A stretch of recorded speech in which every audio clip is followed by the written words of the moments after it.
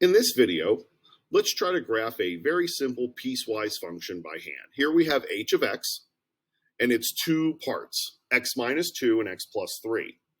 If you only thought about these two parts, you would notice that they each are linear and that they each have a slope of 1, meaning they're going to be parallel. We should anticipate that the two different parts of this piecewise function are going to be parallel. You'll see that x minus 2 is defined up to is the definition for up to -1, and x plus 3 is the defining function after x is equal to -1. A lot of people have different strategies on how to remember to do that and how to do it and where to do it. I like just making a little note somewhere on the graph that that's going to be where my breaking point is. That's where I'm going to switch graphs, is that x is equal to -1. Some people like to draw a dotted line down. I don't recommend that because I think that gets tangled up, especially when you get to some more of the more complicated graphs. Some of those more complicated graphs might need those dotted lines.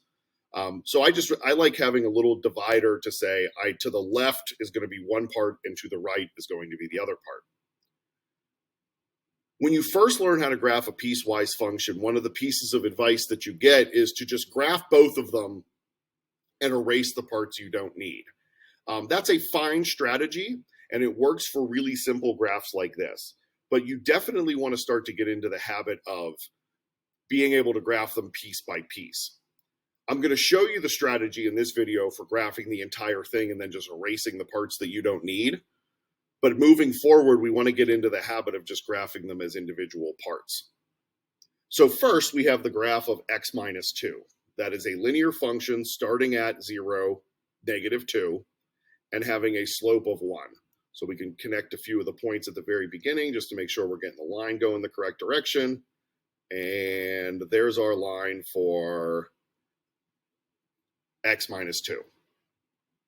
Similarly, there's x minus 2. Similarly, we'll do the same thing for x plus 3. That one starts up at here. And like we mentioned before, they are parallel to one another, so we want to make sure we see that when we graph. And we get that parallel of the two graphs. And granted, I'm not graphing them perfectly. That's not necessarily the intention.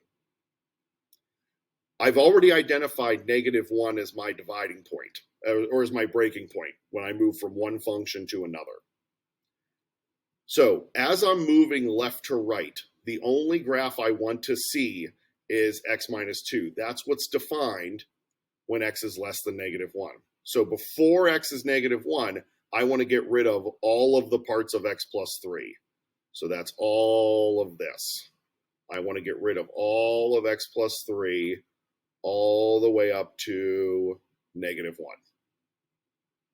After -1, I want to keep x plus 3, but get rid of x minus 2.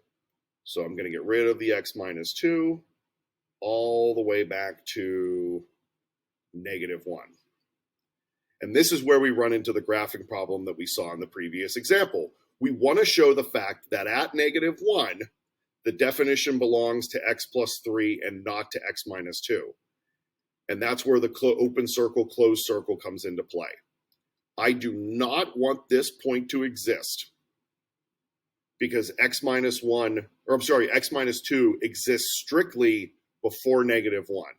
And I want this point to exist because x equals -1 is where the next graph picks up. From this visual, you can see that our domain is all real numbers. Everything is an option when it comes to substituting into this equation, or into this function, excuse me. The range, however, is a different story. If I'm looking at the graph from bottom to top, and I'm looking at all of the y values that have corresponding points on the graph, I'm going to notice this dead space in here. I'm going to notice this space where there's no points. So when I write my range, I want to make sure I write my range so that it leaves out that space in the middle, and leaves it out appropriately because one of the points is actually included. The point at 2 that's right here is actually included. So we're going to write our range. Y is an element of the real numbers such that it looks like my y starts at -2 from this graph.